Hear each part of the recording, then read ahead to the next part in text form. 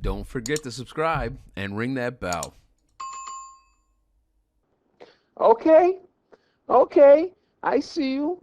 We're here together, you and I, to do free response question number 6 of the 2013 AP Calculus AB practice exam that College Board gave us, well, to practice with. All right, and you know what? Who cares if we don't get a calculator? We got this. We're good at what we do. All right. Before we start, like the video, ring the bell, follow me because you will get notifications of videos I put out in the future. All right. And, throw a comment if you want to see another test or anything, just to say hi, man. I get just as excited and happy when someone's like, hey, what's going on, man? To reply to those as I do when someone's like, can you put up the 1997 exam, please? And thank you. Okay, let's start free response question number 6. So the good news is question 6 for this practice exam only has 2 parts, A and B. The gooder news, because there's not good and bad news here, there's good and gooder news, is that these are really good problems, very algebra heavy. I like doing these types of problems. So let's just dive right in. Number 6 reads, let f be a function with f of 2 equals -8, such that for all points x and y on the graph of f, the slope is given by 3x squared over y, right? Section or part A is telling us write an equation of a line to the graph of f at the point where x is 2. And then we need to use it to approximate f of 1.8. All right, let's start gathering information about what we should know. All right, anytime I see this, I train my brain to see a coordinate. When x is 2, y is -8. So I've got this point right here. I'm just going to write that down to the side. That's my x and my y. All right. All points of the graph. The slope. Okay, the slope. And since we need to write an equation of a line, my slope, m, is equal to 3x squared over y. All right. And there we go. So let's write an equation of a line. Anytime we are writing the equation of a line, you better be thinking y minus y1 equals m times x minus x1. All right? And the beautiful part about this, I feel like I do this all the time, is I really only need 3 pieces of information. I need a coordinate, which goes for x1 and y1, which, oh my goodness, look at, we do have a coordinate. And then we need a slope, which, oh my God, we can figure that slope out easy. This is a very, very simple first part of the problem. Well, heck, the whole problem is simple. All right?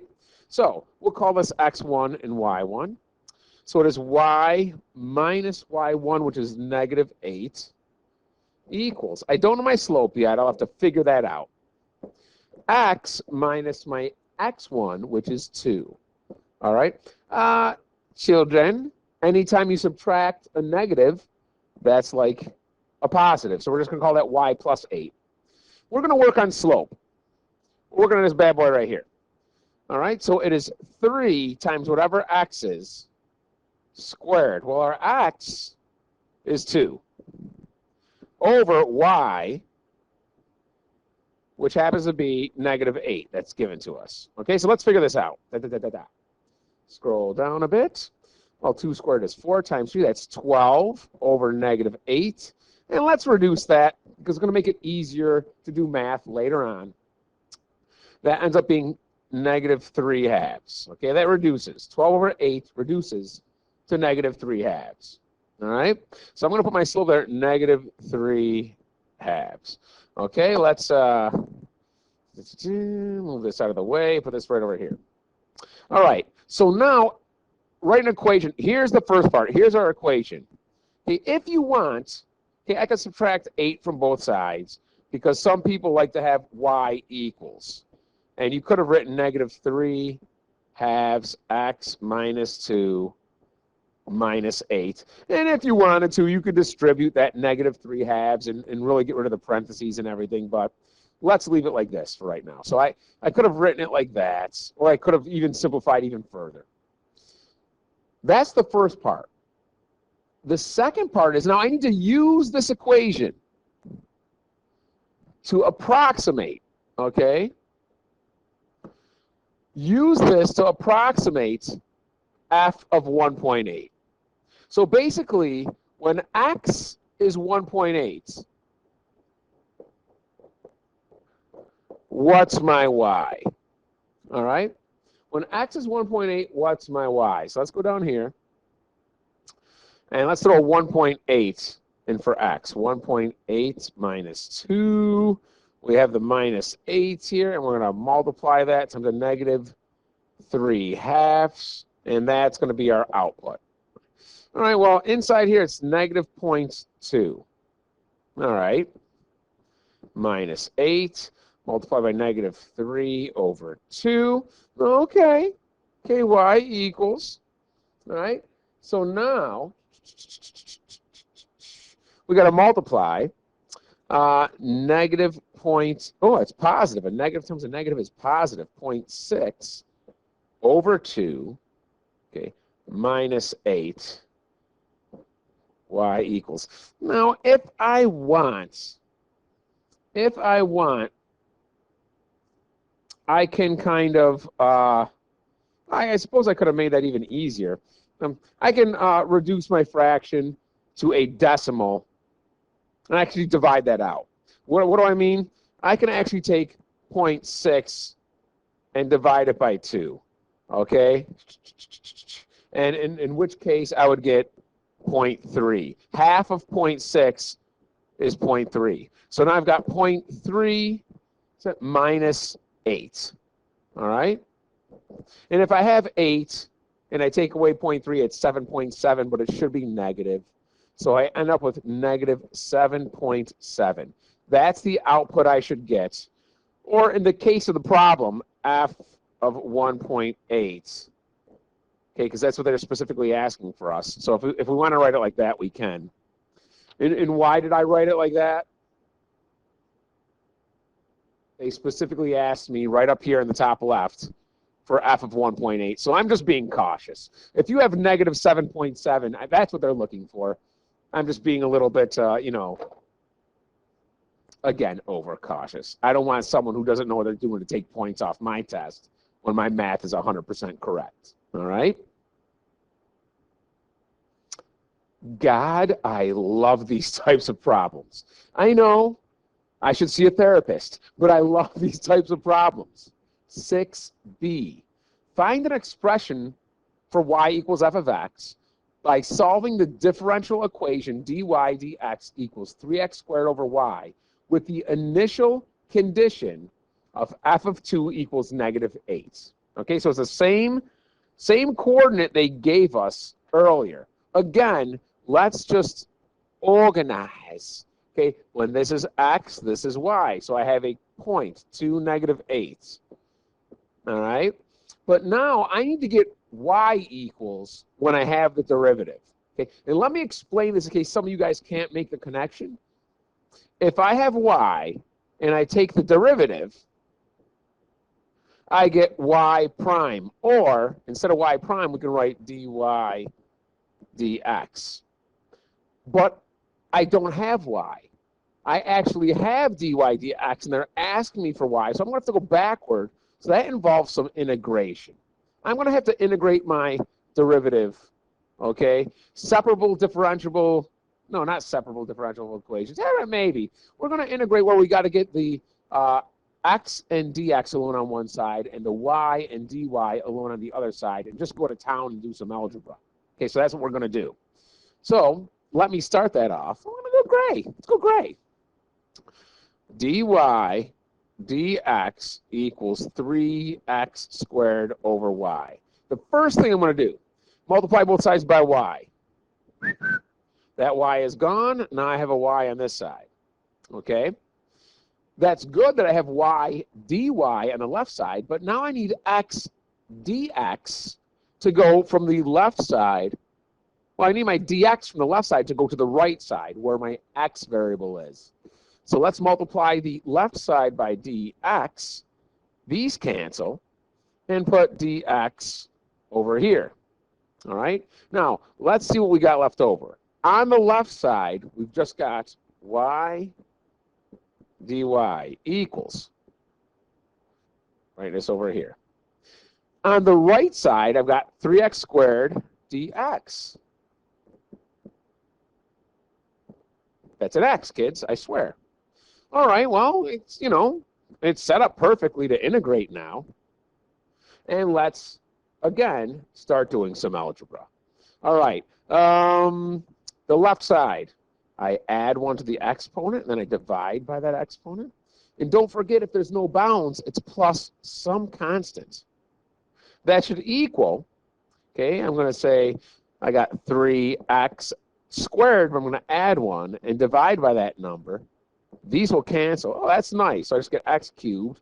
And I have plus a constant on the other side because there are no bounds for my integration on the right side either. Keep in mind, yes, there is a c for a constant on the left and a c for a constant on the right. However, they might not be the same constant. Maybe they are, but chances are they are not. So I'll call this constant 1, C1, and constant 2, C2. All right, let's go. All right, so I've got to get y equals alone because that's ultimately what they're asking me for. If I scroll up here, I need to get y equals, okay? And I'm going to have to use this initial condition to actually figure out what my constant is, c. So let's start doing some math here. Okay, let's subtract this constant 1 from both sides.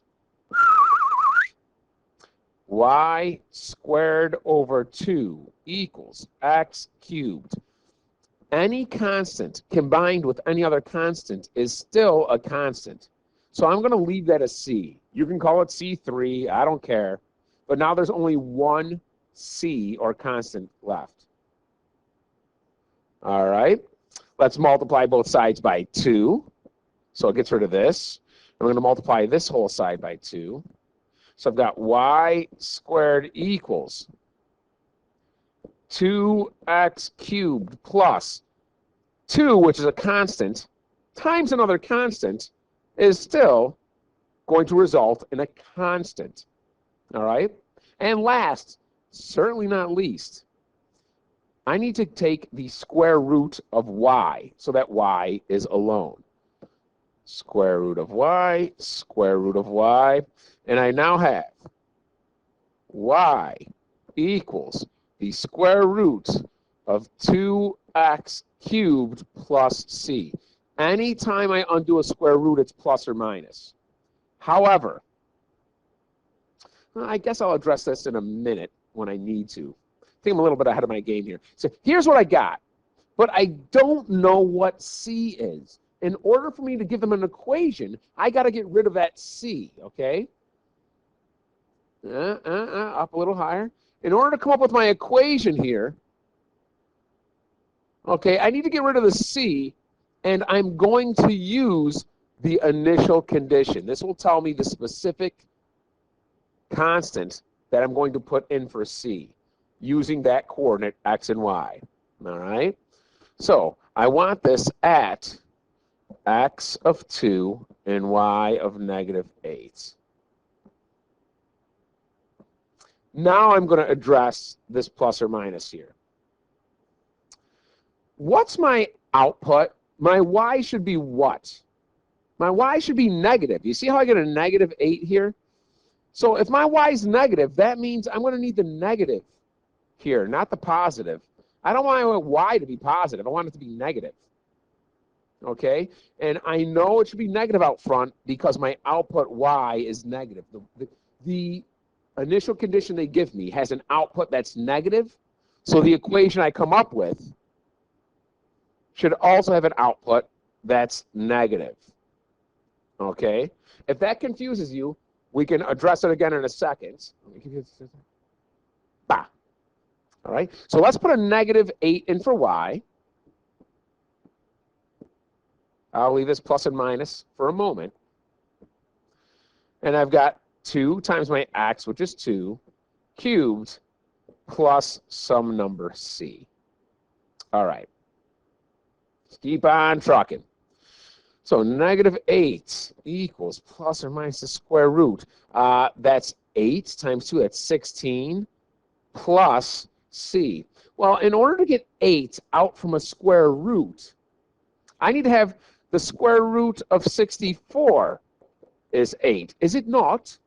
So if I have the square root of 16 plus something, and I want this to be 64, 16 plus 48 would give me my 64, which would result in an 8.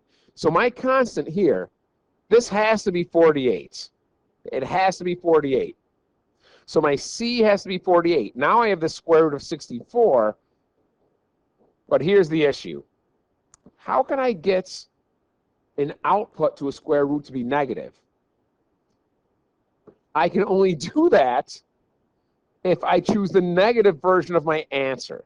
That's another reason. I said I would readdress this in a second, and here it is. Why I'm not going to use the plus, I'm only going to use the minus. All right? So my equation right now should be y equals, it's no longer plus or minus. I only want the negative one of 2x cubed plus my c value, which we deemed to be 48. And that, my friends, is the answer. That wasn't horrible.